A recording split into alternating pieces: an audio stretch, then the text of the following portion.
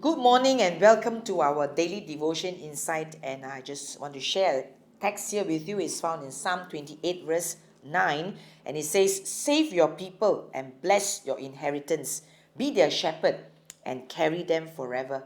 And I will entitle this text as lifted up. Lifted up. How many times we really need to be lifted up, isn't it? Sometimes as God's people, we need God to carry us. And that's why David says, "Oh Lord, carry them forever. To you, Lord, oh Lord, I lift up my soul. I lift up my soul, God.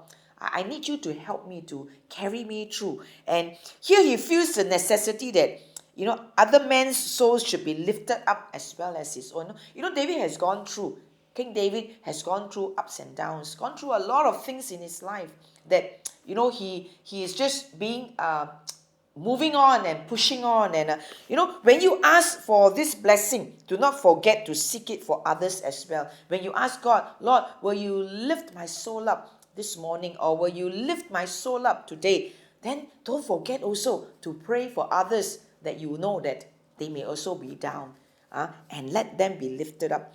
There are three ways in which God's people required to be carried or lifted up. They require to be lifted up in character. Lifted up in character. Lift them up, Lord. Do not allow your people to be like the rest of the world.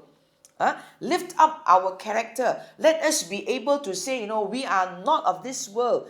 We may be in the world, but we are not of this world. Our character, the way we speak, the way we talk, the way we react, the way we behave at home, in the church, in our workplace, in our society, that we will be lifted up in our character. The world lies in the wicked one.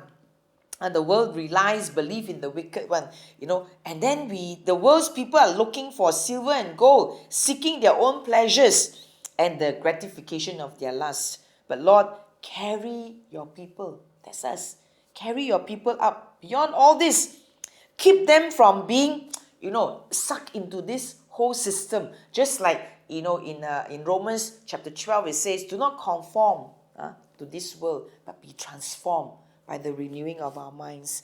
And that's why it says, "Set our hearts upon the risen Lord and the heavenly heritage." And then secondly, it said believers need to be carried when in conflict, in the battle.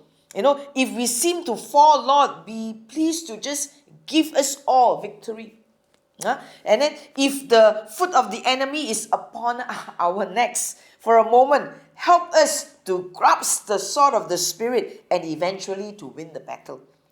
Lift us up, Lord, when we are in conflict. Lord, lift up our children's spirits in the days of conflict. Do not let them sit in the dust, mourning forever. Lift our children up when they are in conflict, when they go through battles in their life. Do not allow the adversary to disturb their peace, our peace, and make us fretful. But just like Hannah, even though, she was childless, she was persecuted, but then she was able to wait upon God. And when deliverance come, she was able to sing of the mercy of a delivering God. Amen. And then third thing is that we also ask God to carry us at the end of it all, that to carry them at the last, lift us up when time to be able to work through our lives already. We are supposed to take another, our journey is done.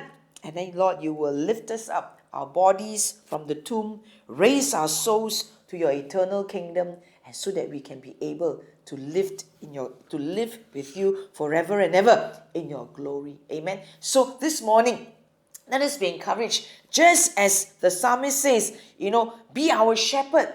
Carry us forever. Carry us forever. Forever meaning that when in our character, we will be carried. In our conflict times, we will be carried. And even at our last breath, the last leak, we will also be carried. Amen. So I'm sure this morning that the Lord is here to lift all of us up. Do not be down, do not be downcasted, but to say, "God, I believe that you are with me. You will never leave me nor forsake me." Have a great day.